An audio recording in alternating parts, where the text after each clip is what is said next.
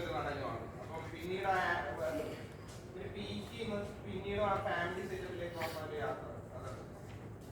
Brother actually Marco എന്ന cinema ഷൂട്ടിന് മുന്നേ കംപ്ലീറ്റ് ചെയ്ത സിനിമ ഷൂട്ടിംഗ് നോക്കുകയാണെങ്കിൽ ഞാൻ ആദ്യം എക്സ് ബേബിയാണ് ചെയ്തുകൊണ്ടിരിക്കുമ്പോൾ മാർക്കോടെ വർക്ക് നടക്കുന്നുണ്ടായിരുന്നു.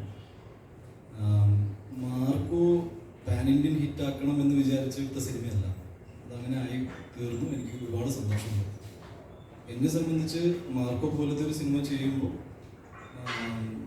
ഞാൻ ഗെറ്റ്സ് എ ബേബി പോലത്തെ സിനിമ എന്ന് വെച്ചാൽ ഞാൻ ഒരുപാട് ഇഷ്ടപ്പെടുന്ന ഒരു സബ്ജക്റ്റാണ്.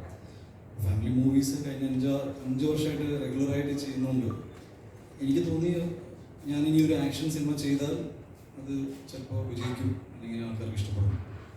ബട്ട് എന്നെ സംബന്ധിച്ച് മാർക്കോയെ പോലെ തന്നെ വളരെ important and close to my heart സബ്ജക്റ്റാണ്. മാർക്കോ വലിയൊരു ഹിറ്റാണ്, ഓൾ സഡൻ ഗുഡ്. പക്ഷേ ഒരു മൂവി എന്ന നിലയിൽ ഞാൻ കുറച്ചും കൂടി ഇമോഷണലി കണക്ട് ആവുന്നത് ഗെറ്റ്സ് എ ബേബി എന്ന സിനിമയുടെ കോർ എസൻസിലാണ്. ദാറ്റ് ഈസ് സജീവും പറഞ്ഞു, ഞാനും പറഞ്ഞു, വിനയും പറഞ്ഞിട്ട് ഞാൻ കുറച്ച് ഫാമിലി ഇമോഷൻസ് മനസ്സിൽ കൊണ്ട് നടക്കുന്ന ഒരാളാണ്. എനിക്ക് കണക്ട് ആവുന്ന കഥകൾ ഇപ്പോൾ വൈവി എൻ്റെ അടുത്ത് ഈ കഥ പറഞ്ഞപ്പോൾ ഈ പ്രായത്തിൽ ഏറ്റവും കൂടുതൽ ഞാൻ കേൾക്കുന്ന കാര്യങ്ങൾ കല്യാണത്തെക്കുറിച്ചും അതേപോലെ തന്നെ ഫാമിലി കാര്യങ്ങളെക്കുറിച്ച് കേൾക്കുമ്പോൾ നമുക്ക് പെട്ടെന്ന് അത് ഓക്കെ ഇതിലൊരു സിനിമ ഉണ്ടല്ലോ. ഈ സിനിമ ബേസിക്കലി ഡിസ്കസ് ചെയ്യുന്നത് ആഫ്റ്റർ മാരേജ് ഒരു കപ്പിൾ ഫേസ് ചെയ്യുന്ന ഏറ്റവും ബുദ്ധിമുട്ടുള്ളൊരു സാഹചര്യം എന്താണെന്ന് വെച്ചാൽ കുട്ടികൾ വിശേഷം എന്താണെന്ന് ചോദിക്കുമ്പോൾ കുട്ടികളും ഫാമിലിയെ കുറിച്ചാണ്. അങ്ങനെ ആ ഒരു സിറ്റുവേഷനിലേക്ക് എത്തിപ്പെടാൻ പറ്റാത്ത കപ്പിൾസിൻ്റെ ലൈഫിൽ ഉണ്ടാകുന്ന പ്രശ്നങ്ങൾ, ആ പ്രശ്നങ്ങൾ എങ്ങനെ സൊസൈറ്റി അതിൽ ഇൻഫ്ലുവൻസ് ചെയ്യുന്നു, ഈ ഒരു സ്ത്രീയുടെ സൈഡിൽ നിന്നും ഒരു പുരുഷൻ്റെ ഭാഗത്തു നിന്നും ഉണ്ടാകുന്ന അവർക്ക് 2 പേർക്ക് ഉണ്ടാകുന്ന മെൻ്റൽ സ്ട്രഗിൾ, സൈക്കോളജിക്കൽ പ്രശ്നങ്ങൾ, ഫാമിലീസിന് അതെങ്ങനെ ഹാൻഡിൽ ചെയ്യാൻ പറ്റും, ഇത്രയും ഭയങ്കര പക്വതയുള്ളൊരു സബ്ജക്റ്റാണ് ഗെറ്റ്സ് എ ബേബി. ബട്ട് വിനയുടെ ഒരു style of rendering and look and feel cinema looks very engaging, colourful. കുട്ടികൾക്കും ഫാമിലീസിനും കഴിക്കാൻ പോകുന്ന ആൾക്കാരും കല്യാണം കഴിച്ചവരും അതിനെക്കുറിച്ച് ചിന്തിക്കുന്നവർ, ഫാമിലി പ്ലാനിങ് ചിന്തിക്കുന്നവർക്ക് എല്ലാവർക്കും ഒരേപോലെ എൻജോയ് ചെയ്യാൻ പറ്റുന്ന സിനിമ ഗെറ്റ്സ് എ ബേബി ആയിരിക്കും. That's A take away.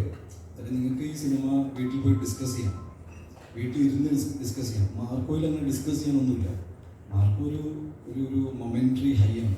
Adrenaline അടിക്കില്ല. തിയേറ്ററിൽ ഇരിക്കുമ്പോൾ എനിക്ക് അതാണ് തോന്നിയത്. ഞാൻ ആ സിനിമ കണ്ടപ്പോൾ എനിക്ക് വാവും. പക്ഷെ ഞാൻ പിന്നീട് എനിക്ക് മാർക്കോയെ കുറിച്ചൊന്നും ചിന്തിക്കാനൊന്നും ഉണ്ടായില്ല. ബട്ട് ആ ഒരു ഇമോഷൻ ക്രിയേറ്റ് ചെയ്യാനും ഭയങ്കര പാടാണ്.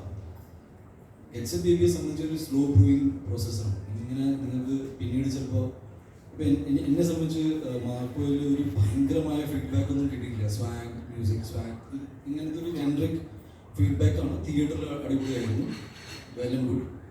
പക്ഷെ ഞാൻ ആദ്യം സംസാരിച്ചപ്പോൾ എനിക്ക് ഒരു കൊച്ചു കുഞ്ഞ് അമ്മയോട് ചോദിക്കണം. അന്ന് ഞാൻ ജനിച്ചപ്പോൾ അമ്മയ്ക്ക് ഒരുപാട് വേദനിച്ചു എന്ന് ഉള്ളൊരു ചോദ്യം ആ അമ്മയുടെയും മകൻ്റെയും റിലേഷൻഷിപ്പ് ഇനി വേറെ തരത്തിലേക്ക് ഈ സിനിമ കൊണ്ടുപോകും. ഈ സിനിമ കൊണ്ട് സംഭവിച്ചൊരു നല്ല കാര്യം എന്ന് എനിക്ക് വേണമെങ്കിൽ പറയാം, which will stay in my memory. ആ സെൻസിൽ ആസ് എൻ ആക്ടർ ഓൾസോ ഇപ്പോൾ വിനയ് എന്നെ കാസ്റ്റ് ചെയ്യുമ്പോൾ വിനയ്ക്കും ഇതൊരു ചലഞ്ചാണ് ഇങ്ങനത്തെ ഒരു ടൈപ്പ് ഓഫ് സിനിമ. സജീവ് ഒരു ഹാർഡ് കോർ ആക്ഷൻ സിനിമ ഇഷ്ടപ്പെടുന്ന ഒരാളാണ്, ലാലേട്ടൻ്റെ കൂടെയാണ്. അപ്പോൾ പിന്നെ അങ്ങനത്തെ ഒരു മീശ പിരിക്കുന്ന സിനിമകളൊക്കെ പ്രതീക്ഷിക്കാം സ്കന്ധയിൽ. ഞങ്ങൾ പക്ഷേ ഓവറോൾ ഇങ്ങനത്തെ സിനിമയും ഇഷ്ടപ്പെടുന്ന ആൾക്കാരായതുകൊണ്ട് ഞാനും എനിക്ക് ഫാമിലി ഓഡിയൻസ് അങ്ങനെ പൂർണ്ണമായിട്ട് അവോയ്ഡ് ചെയ്യാൻ പറ്റില്ല. ബിക്കോസ് മാർക്കോ പോലത്തെ ഒരു A സർട്ടിഫൈഡ് സെഗ്മെൻറ്റഡ് മൂവി ചെയ്തപ്പോൾ എനിക്കൊരു പേടി ഉണ്ടായെന്ന് വെച്ചാൽ എൻ്റെ ഒരു പ്രൈമറി ഓഡിയൻസ്, അതായത് ഒരു നടനെ ഭയങ്കരമായിട്ട് സപ്പോർട്ട് ചെയ്യുന്നത് ഫാമിലി ഓഡിയൻസാണ്. അവർക്ക് വേണ്ടി ഒരു സിനിമ ഇമ്മീഡിയറ്റ് വരുമ്പോൾ നന്നായിരിക്കും. അതിൻ്റെ ഭാഗമായിട്ട് വന്ന ഒരു സിനിമയാണ്. നിങ്ങളെല്ലാവരും കാണുമ്പോൾ ഞാനിപ്പോൾ ഈ പറഞ്ഞ കാര്യങ്ങളെല്ലാം നിങ്ങൾക്ക് റിലേറ്റ് ചെയ്യാൻ പറ്റും. Even for you also. ഞാൻ ഈ ഫാമിലീസ് എന്ന് പറയുമ്പോൾ പ്രായമില്ല, അതിൽ ജസ്റ്റ് ദാറ്റ് ഒരു കൊലാബറേറ്റീവ് സ്പേസിൽ നിൽക്കുന്ന ഒരു നല്ല സിനിമ.